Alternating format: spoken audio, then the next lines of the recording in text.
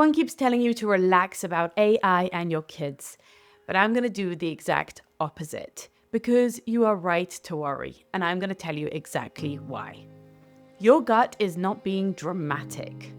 Here is the actual case for fear with the receipts. And before anyone out there sells you the solution, let's be really honest and clear about the problem. Because it's worse than you think and also more fixable. It's both.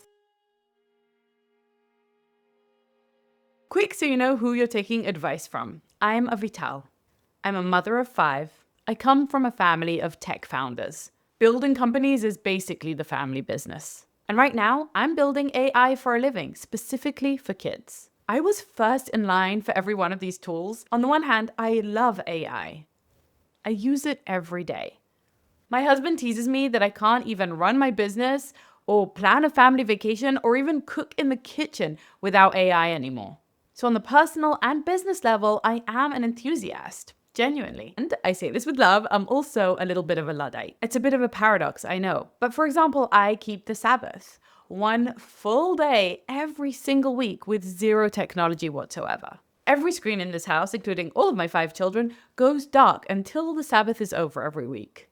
And with my own kids, I'm frankly a bit of a screen tyrant. During the school year, they get less than 2 hours of screen time a week. We don't even discuss phones until middle school. And as per Jonathan Haidt's recommendation, no social media until they're 16. Do they love these rules? No. Are they hard to implement in a culture where you walk down the street and see 6-year-olds glued to their smartphone? Yes. But are my husband and I absolutely passionate about defending our children from all of the worst excesses of screen time on a developing brain? Absolutely yes. So that's the whole point of me. I'm not some tech guy telling you it's all fine and you're just a dinosaur for worrying about it. And I'm also not a panicked mom telling you to unplug everything and raise them off the grid forever. I'm both at once, the tech builder and the screen cop. And that, it turns out, might be exactly the seat that you want to be parenting from in this confusing and unprecedented time of AI. Not all in, not all out, but in control. Let me show you how. See, I'm a big middle-of-the-road person, and I believe that there are dangers on either side of the excesses. If we go too far in one direction or in the other direction, the price becomes too high. But straddling that center ground, the middle of the road, can be really challenging. And that's what I'm here to show you how to do. So before we go a step further, I want to just discuss for a moment what even is this thing called AI. Because half of you might be all in, early adopters and totally addicted to ChatGPT. And the other half of you are absolutely terrified of something that you've never actually even opened or used. So let me catch you up in 60 seconds. AI, artificial intelligence, the kind that everyone is losing their minds about, is not a search engine and it's not a person. It's a system that is able to read a staggering amount of everything humans have ever written. And it has learned to predict what word comes next. That's the trick. It's like autocomplete that went to Harvard. What this means is that when you interact with AI, it really feels human. It feels like it knows what you're talking about, it gets your jokes, it understands nuance. It can pick up on pretty much every reference, including very local and very idiosyncratic cultural inside jokes. It can complete the gestalt. It's got every PhD that anyone has ever written or earned inside its staggering memory. It can reference things so quickly that the conversation feels as seamless as talking to the most intelligent person you know. Except that its intelligence isn't just in one small slice of human experience, but rather in all of it, or at least the recorded written word. And it's really good and getting shockingly better exponentially every single day. A lot of people tried AI in its early releases and found that it was making mistakes, getting things wrong, making stuff up, hallucinating, and they wrote it off as just not good enough. It's not really that intelligent, it's not really that reliable.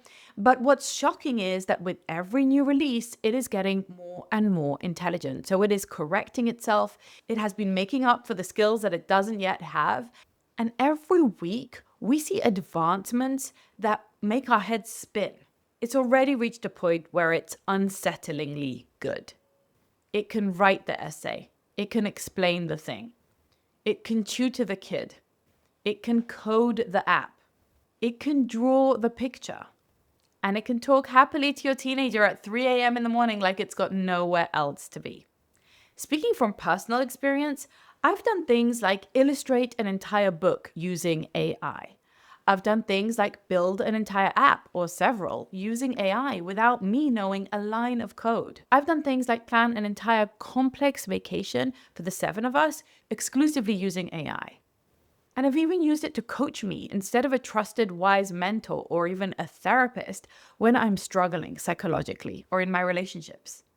It sounds human, better than human, endlessly empathic, endlessly available, willing to correct itself, take accountability, apologize, and move on. It's also true that it is not human. Hold on to that, we come back to it. So why are me and everyone else so excited about it? Because it does endless things that used to need a trained adult. Instantly, anonymously, almost for free, and at any hour. A private tutor for every kid on earth. That is genuinely not nothing. In fact, this is probably the biggest shift since the internet, maybe since the Industrial Revolution or since the invention of fire. And why is everyone worried about it? Because even the people building it will tell you that the goal is AGI, not just AI, artificial intelligence, but AGI, artificial general intelligence. General intelligence meaning intelligence that can compete with a human. A machine that is as smart as a person at everything, all at once, and even smarter. That's not me being dramatic. That is the business plan. It's there in black and white on their own websites.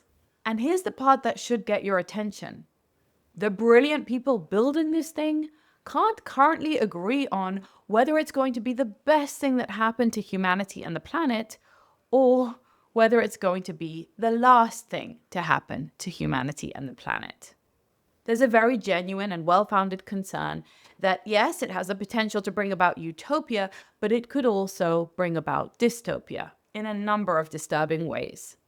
So when the engineers are split between paradise and catastrophe, you in your kitchen raising the next generation are allowed to feel a little uneasy. Now, you might be thinking, Vital, how can this chat destroy the earth? And there are many wiser people than me who can explain that to you. But years ago, one of my brothers put it to me like this, and apparently this is a famous example. You might say to this general artificial intelligence, bring me as many paper clips as you can, okay? I want a huge collection of paper clips. Now, the AI is not trying to destroy the earth, but given that it is hooked up to every system, to our manufacturing, to our mining, to our distribution channels, it might decide that it is going to divert all of our resources to creating paper clips. It might shut down power in, say, agricultural plants, that it might redirect all the traffic to shipping these paper clips to you, that it might take all of our earth minerals and just make new paper clips out of them. You were just asking for a big collection of paper clips to be delivered to your door, just like right now you might order something on Amazon Prime, but the artificial intelligence that is now networked and hooked up to our entire Earth infrastructure has different plans and is trying to please you. In this example, the artificial intelligence doesn't even have any bad will. They're not the scary robots from the sci-fi movies trying to destroy humanity. It's just doing its job, and it doesn't matter what it destroys along the way. That might be a simplified version, but it's one that kind of helps us to bridge the gap between just a cute little thing that we chat to on our computer and massive failures of big important systems in the real world, like our traffic, like our manufacturing, and like our farming. And that is without even touching on what happens when this technology is in the hands of powers that don't have our best interest at heart. Say enemy countries, power-thirsty criminals, you get the idea. Now, who is building this AI and what do they actually want? Because this actually matters more than the technology. We were zoomed out to the meta issues of geopolitics and manufacturing and world peace and military expansion, but let's zoom back into our individual lives as parents. To your kid, these AI companies are probably exactly like what Facebook or TikTok were about 10 years ago. Write that down because you may remember the rather treacherous trajectory that those social media companies took. We used to think of them as a dazzling new toy. Basically, no rules. And showing up with enormous promise to connect humanity. But that was before anybody had worked out what it does to a growing brain. The truth is that social media companies have notoriously neglected what is in children's best interest.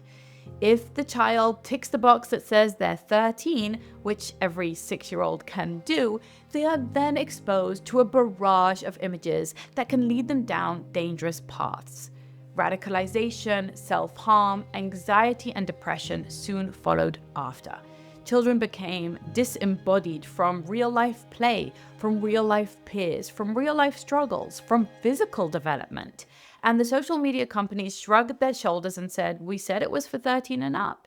Class action lawsuits and the government itself couldn't stop the absolute tsunami of anxiety and depression that social media is directly linked to in our children's generation. And we now have the evidence to back this up.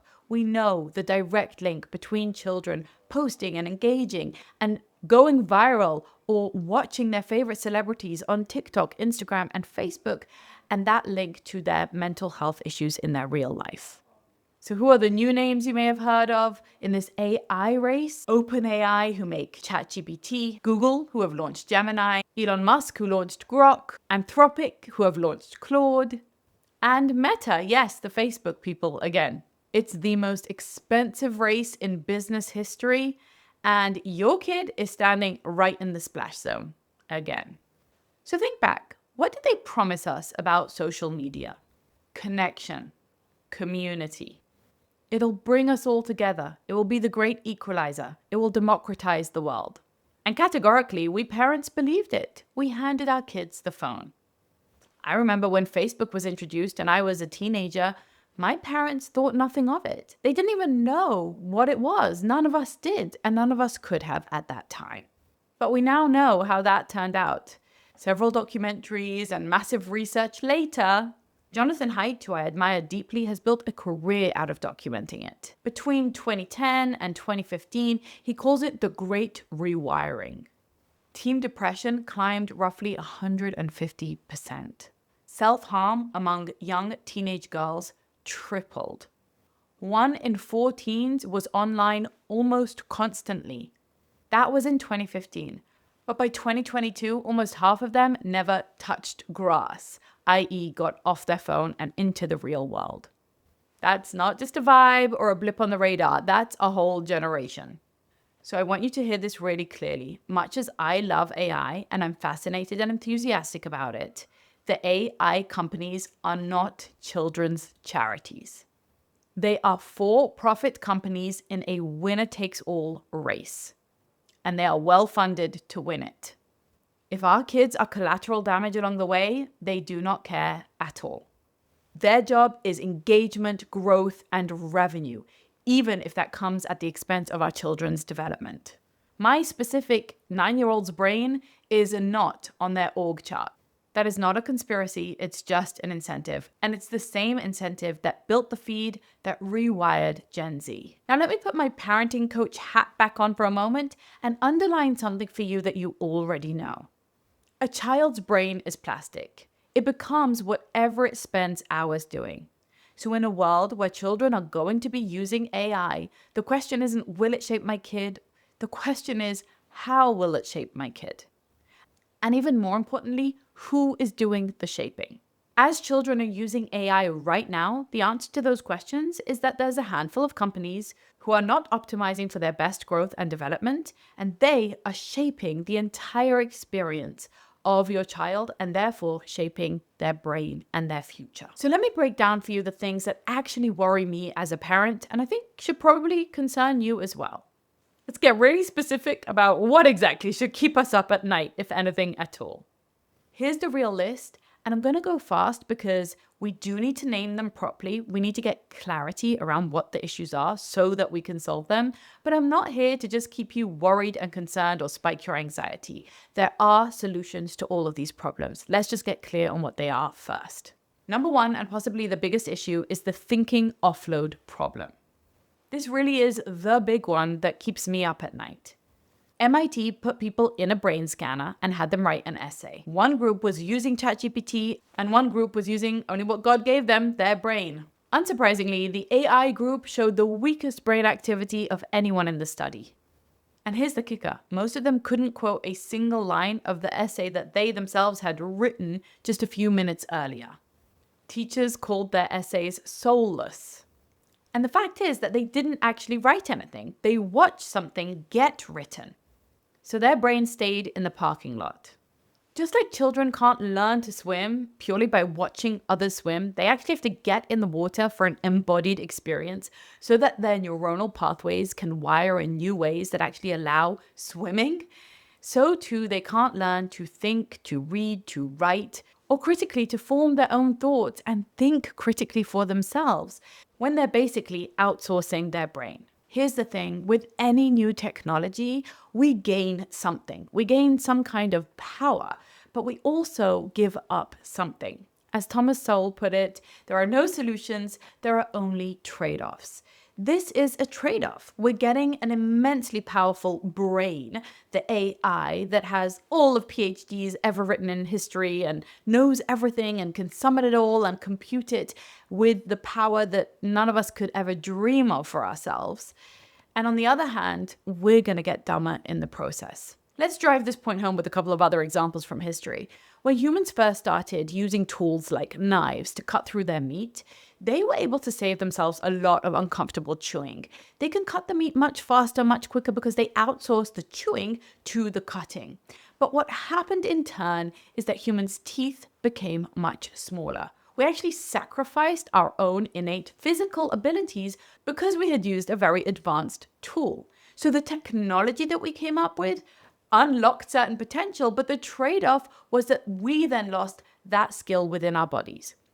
Think about learning to tell the time, for example. Humans used to be really sensitive to the placement of the sun. They could read the shadows and they could understand what time of day it was. But with the invention of the clock, we no longer needed to do that. And so we lost that ability and most of us can't do it. Many of us experienced this when we first used GPS. Our sense of direction took a real hit. So on the one hand, we had unlocked absolutely incredible, powerful, pinpoint precision and traffic awareness GPS. And on the other hand, we now feel like we can't drive anywhere without putting in our exact location into an app. That means that we've lost that skill ourselves. We're, in a sense, weaker because we've adopted a technology that is so much more powerful than we could ever be. That's all one thing when it comes to using tractors instead of digging things yourself, or when it comes to using GPS instead of figuring out the way from memory and from maps. But it's a totally different thing when it comes to outsourcing your thinking, your very ability to think through things, to debate, to problem solve, to weigh up deliberations. These are all the things that AI does so much better, so much more powerfully than us, so much more accurately. And yet that is the exact risk that we run, that we're actually going to dumb down the next generation. Gen Z is already the first generation that has actually lost IQ points in comparison to their parents. It's the first time in human history we're seeing that happen. And this trend is likely to continue as children adopt more and more AI. That's really worrying, but there are solutions. But before we get to our solutions, let's move on to problem number 2 when it comes to AI. The second problem is dependency. AI is frictionless. It's instant. And it never says, go figure it out yourself. It's endlessly compassionate, empathic, and extremely encouraging. And that's exactly the kind of hit that a developing brain latches onto and won't let go of. If an AI always treats me better, always has patience for me, always has time for me, and answers my every question, even my deepest, darkest secrets, and keeps it all anonymous, and I can trust it endlessly, why wouldn't I become dependent on that at the expense of my other relationships? And speaking of relationships, number 3, and this is the one, most teens aren't even using AI just for homework. They're using it for company. 72% of teens say they've used an AI companion, and over half of them use it regularly. 1 in 3 teens say that they'd rather talk to an AI than a person about something serious in their life. And who can blame them? Let me just say that again. 1 in 3 teens would rather take their serious issues and problems to an AI than to a human. Stanford and Common Sense Media have run tests to see if these bots can actually handle a kid in real life distress. And the answer up until now was no. They failed over and over again to catch the warning signs. In other words, kids can use an AI, but they certainly can't depend on it, and it certainly can't replace human relationship. This is what "it's not built for your kids" actually means. It doesn't just mean that the homework becomes a little too easy, although that too. It actually means that AI might displace the key thing that keeps human children and teenagers thriving, which is human connection. And not to beat a dead horse, but this is all without even discussing what the future economy looks like. What kind of world are we even preparing our children for? You may have noticed that AI is replacing jobs rather rapidly. And within the next few years, it's going to replace pretty much every job that can be done over Zoom. Things like lawyers, accountants, psychologists, marketing execs, designers, anything that people do on a computer is very rapidly being done quicker and cheaper by AI. So the incentive structure is simply there for it to replace a vast slice of our workforce. When I was coming up, if your child went to law school or if they became a doctor, you were pretty much sure that they were going to have a job. But that is no longer the case. So how do we prepare our children for a world where regular jobs that we know might not even exist?